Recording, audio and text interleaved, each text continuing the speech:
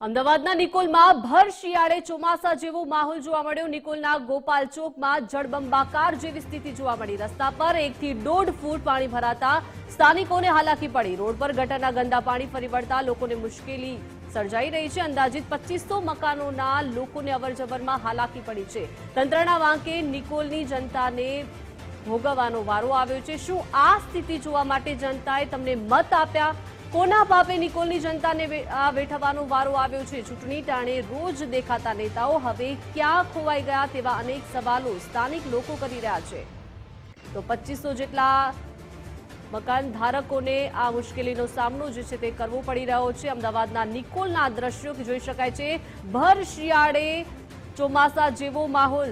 નિકોલના ગોપાલ ચોકમાં જળબંબાકારની સ્થિતિ જે છે તે દેખાઈ રહી છે। રસ્તા પર 1 થી 1.5 ફૂટ સુધીના પાણી ભરાઈ ગયા છે અને આ પાણી વચ્ચે સ્થાનિકોને જવા માટે મુશ્કેલી સર્જાઈ રહી છે। સ્થાનિકો હવે હાલાકીનો સામનો કરી રહ્યા છે। રોડના ગટરના પાણી ફરી વળતા લોકોને ભર શિયાળે ચોમાસાનો માહોલ જે છે તે દેખાઈ રહ્યો છે। નિકોલના રસ્તા પર આ જળબંબાકારની સ્થિતિ સર્જાઈ ગઈ છે। રસ્તા પર 1 થી 1.5 ફૂટ પાણી ભરાતા ત્યાંના સ્થાનિક લોકો પરેશાની ભોગવી રહ્યા છે। અંદાજિત 2500 મકાનોના લોકોને અહીંયાથી રોજે રોજ અવરજવર કરવામાં હવે હાલાકી પડી રહી છે। ત્યારે તંત્રના વાંકે નિકોલની જનતાને આ ભોગવવાનો વારો આવ્યો છે। શું આ સ્થિતિ જોવા માટે જનતાએ તમને મત આપ્યા છે તેવા અનેક સવાલો તંત્ર સામે લોકો કરી રહ્યા છે। કોના પાપે નિકોલની જનતાને આ સમસ્યાનો સામનો કરવાનો ફરજ પડી રહ્યું છે? ચૂંટણી ટાણે રોજ દેખાતા નેતાઓ હવે આખરે ક્યાં ખોવાઈ ગયા છે? સ્થાનિક લોકો કહી રહ્યા છે ત્યાંથી રોજે રોજ 2500 જેટલા મકાન ધારકો ત્યાં રહી રહ્યા છે અને રોજે રોજ આ રસ્તા પરથી અવરજવર કરી રહ્યા છે અને મુશ્કેલીનો સામનો લોકો કરી રહ્યા છે। આ સ્થિતિ જોવા માટે લોકોએ તમને મત આપ્યા છે। શું આ પરિસ્થિતિનો સામનો કરવા માટે લોકોએ તમને ચૂંટ્યા છે તેવા અનેક સવાલો છે।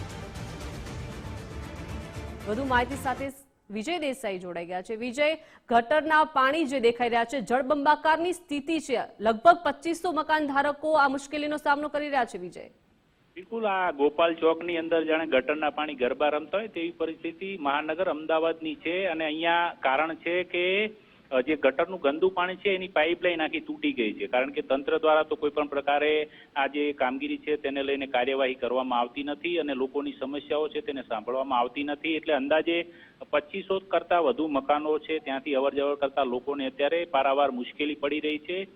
ભર શિયાળે જાણે ચોમાસા જેવો માહોલ જામ્યો હોય તે પ્રકારની પરિસ્થિતિ છે। જો કે આપણે ચોમાસામાં પણ જોઈએ છીએ કે માત્ર 1.5 ઇંચ વરસાદ પડે ને અમદાવાદ જળબંબાકાર થઈ જાય છે। એ પરિસ્થિતિ અત્યારે માત્ર પાઇપ લીકેજ અને તૂટવાના કારણે સર્જાય છે। એટલે ગોપાલ ચોકની જે સામાન્ય જનતા છે એ હજી પેલા કોર્પોરેટરો અને બિન વધુ અનુભવી જે અધિકારીઓનો ત્રાસ છે ને એની સજા ભોગવી રહ્યો એ પ્રકારના દ્રશ્યો અમદાવાદની અંદર જોવા મળી રહ્યા છે।